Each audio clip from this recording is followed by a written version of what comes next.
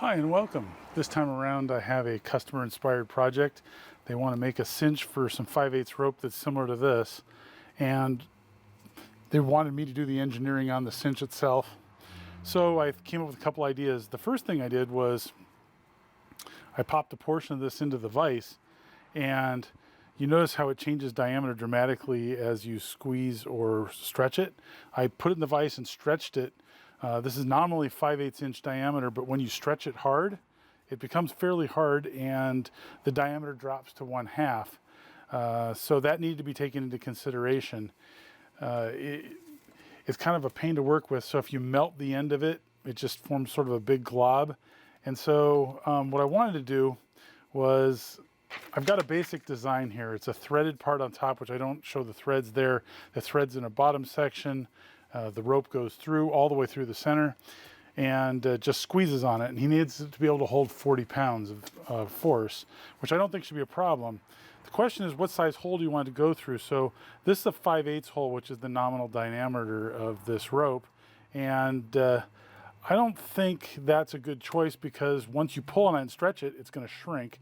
So I opted for 9/16, but I can't get it in to the 9/16 hole after I melted it. So what I've made is I've drilled a 9/16 hole through here, and what I'm going to do is I'm going to cut the end off this, squeeze it through this fixture, and then just heat the end here. This is just a piece of scrap material. I'm going to heat the end so that I can melt this so that it'll be 9/16 or smaller, so I can thread it through here and see if that'll actually work. So let's give that a shot. This stuff's not terrible to cut. I don't know if these will actually work. These are for wire. They're bypass cutters, and they kind of mashed up the end, but they did cut it all right, it looks like. Probably a better way would have been to tie some tape around the end initially, and then cut it. Although it did cut all right. Here's the melted end off there. Now I'm going to see if I can feed that through here so I can melt the end. That was surprisingly not terribly difficult. All I did was rotate it, and it seemed to go right through. I might try taking a razor blade and slicing right along this edge, see if I get a clean cut, so that there's not as much debris to deal with. So let me do that off camera, and I'll bring you back again. A razor blade worked fairly well. I ended up having to use a heavy-duty pair of shears. I've got these Weiss shears, and they did a great job. Just left a few hairs out there, but once I melt this, that should be gone. So let's head there next.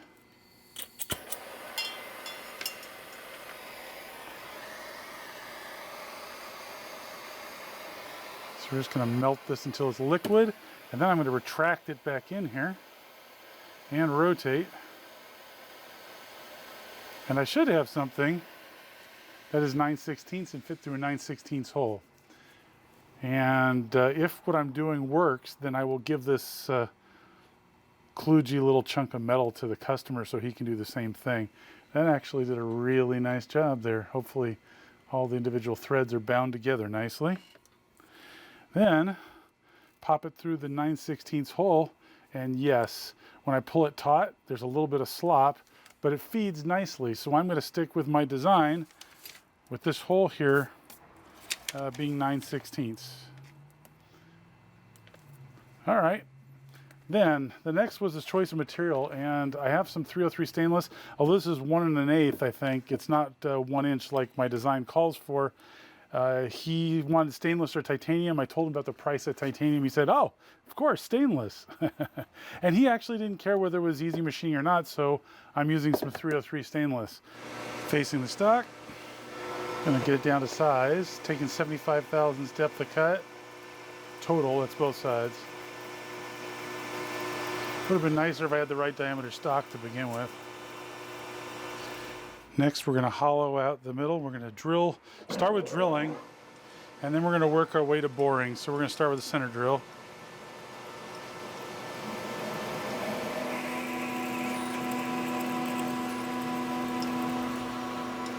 Okay. It's 1/4 inch. We're going to go up to 1/2 inch, and then we're going to bore the rest. Hope I'm not boring you with all this.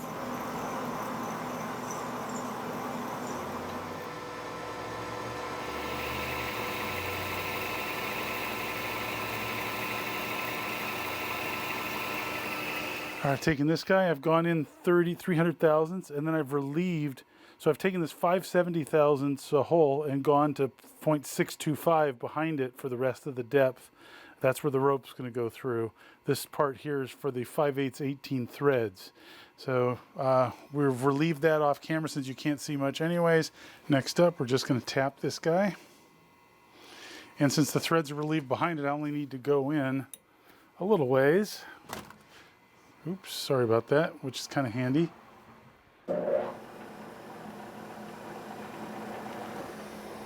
Okay, threads are done. Now we can part the entire guy off here. And to catch the part, we probably would like to do that. This might be too fast to part it.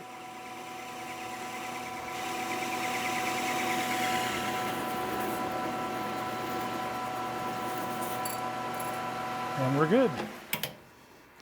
So now I can take this guy, put it back in, and clean up this face, and I got to put a diameter in there. After you can also see the relief behind the threads there and the flat bottom. What I ultimately end up doing is taking an end mill, a 2-flute 1/2-inch end mill, going to the bottom and then taking my boring bar in and coming out again. And that worked out pretty well. I'm going to skip ahead before I do the back of the bottom piece here and do this round, this corner radius. I'm going to do this other piece here. That way when I switch out collet holders, right now I'm using a 6-jaw chuck, but I think I might go to a 1-inch 5C collet holder to hold these after I switch the parts around so it won't mar the surface. I'm going to make this top part next. So we're going to go in 0.438 at 0.625 diameter. Then we're going to do the relief for this the last 1/8 inch. We got to drill out the center, and we got to thread this section here 5/8 18. All right, so we've turned this down to 0.625. Yep, it's just a couple tenths over, which is more than fine. Then we got to go in another 63. We got to go another 63 thousandths, and we're only going 1/8 of an inch. So we're going to go in 1/8 of an inch.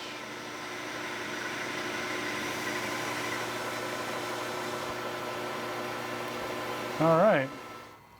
Going to put in some back relief for the threads.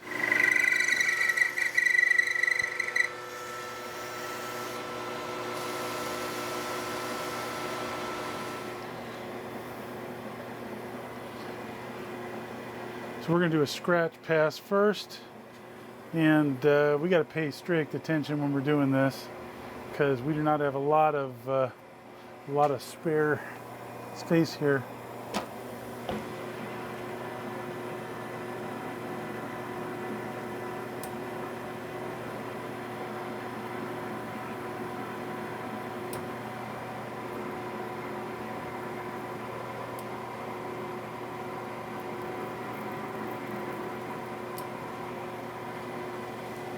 I've never taken such big bites before.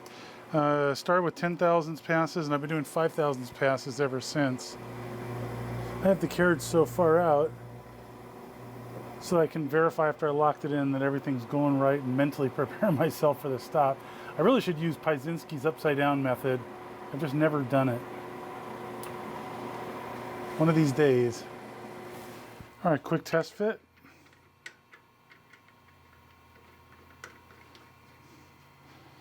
And it looks like we are really good there. And actually I could use this as a mandrel because it would tighten it going on. So I could use this thing as a mandrel to do the 1/4-inch radius, which maybe I'll do right now. And that'll finish off this other piece while I wait. So we're going to try this. This may be a total failure, to be honest, because I've got so much stick out here. But I thought, boy, it'd be convenient since I've already got these threaded on, and the direction it's going, it'll tend to tighten it anyways. So why don't I do the 1/4-inch round, or the 1/4-inch diameter, 1/8-inch radius round over. And so we're going to do that. First, I got to get myself out of threading mode.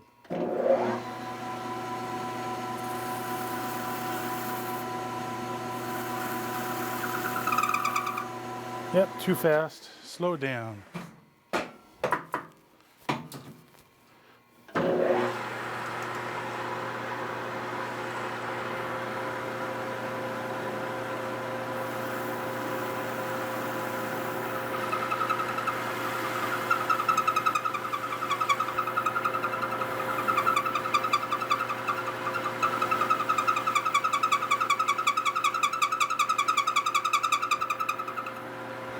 pretty much it. Clean this up. I need to do a little more work with some sandpaper, maybe a file. Clean this up and we'll move on. I'm gonna do the second one and I'll be right back. So there's one of the end pieces done. And I'm gonna need some of my plastic jawed pliers to get this guy off. It's tight. So the way I got this off here without marring it was I took a piece of Scotch-Brite and these pliers put it over the Scotch-Brite so it wouldn't mar it, and it did a great job. It was on there pretty tight. So we're gonna round over the corners on this guy and then we'll be right back. I prefer a pinch knurler, but all I had was this straight push knurler, which I don't like because it puts a lot of force on everything. The pinch knurler pushes against itself.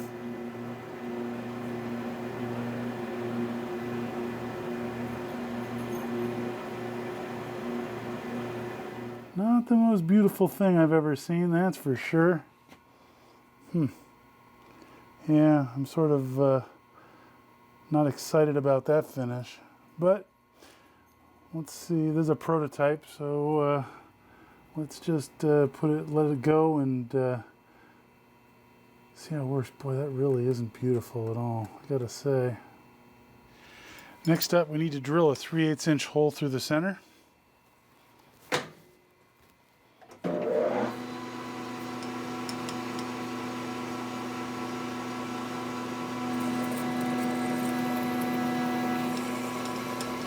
Okay, I think that'll be deep enough. This part isn't that long. I just need to relieve this edge, relieve this, then we can part this off. And put a really light chamfer on both sides.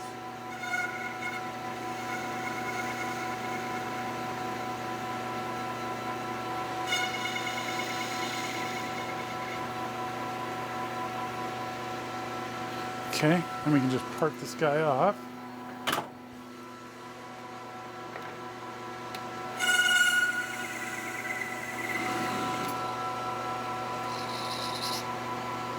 All right, last step, I'm going to drill a 9/16 hole through this guy using my Tom Lipton stop to find my 0, and we're using an annular cutter to get a nice neat hole through here. Although it's hollow already, so that's going to leave a couple bits inside. Guess we'll just have to see how that works out.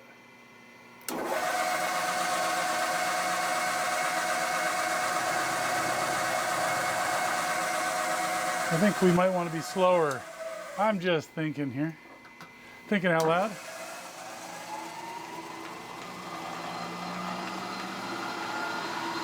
Here's 300 RPM.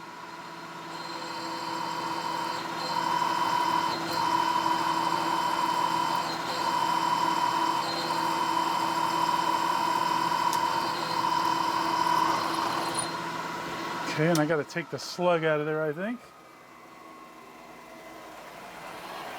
Unless the slug kind of fell. The slug fell out on its own. Okay. Yeah, the slug fell out on its own, so we'll just drill all the way through.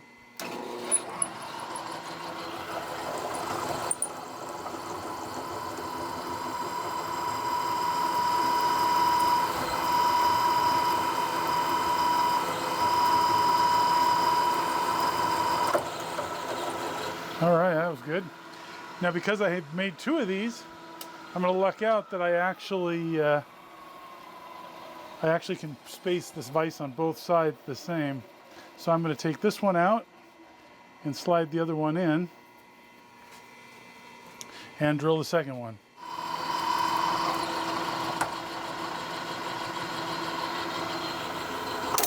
Oh. Well, I guess the slug did not come out of the second one. All right, so this design here is unfortunately a failure. I thought compressing this to 1/2 inch would be enough to make it difficult. It's supposed to hold 40 pounds. That doesn't even hold 2 pounds. However, a solution that came to mind actually yields an improved design. So rather than just extend this part, as you're tightening this down, this is all coming, and one of the reasons I hollowed it out is because this is coming in contact with the rope, and it's liable to break fibers as it's rotating on it like this, putting pressure on it.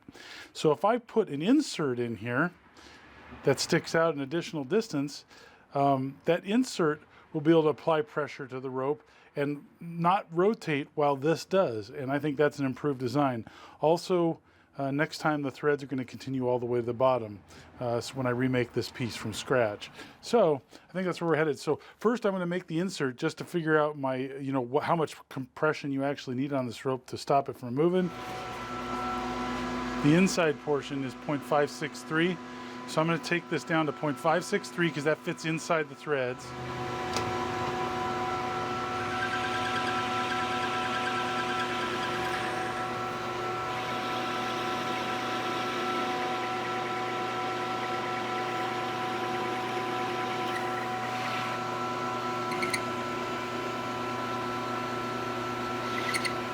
Here's a test fit to make sure the center diameter is good, and that is good.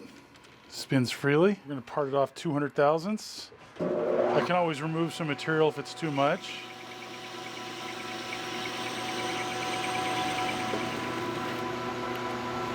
Okay. Here we go. I'm just going to take that over to the belt sander, fix that. Okay, final assembly.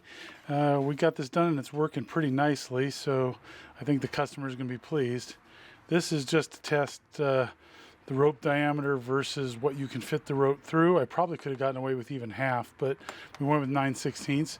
This is a 9/16 tool that you push the rope through, as I showed you earlier, and then melt the end of this.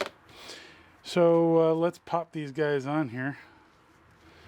And we'll just send it to the customer. I don't really need this piece of rope. It's really short. Okay, so there they are. These guys. I made one of these fit really snugly. I probably could have made it a little bit looser, but I did not. Oh, still got to clean up the end of this one. I'll do that before I give it to him. All right.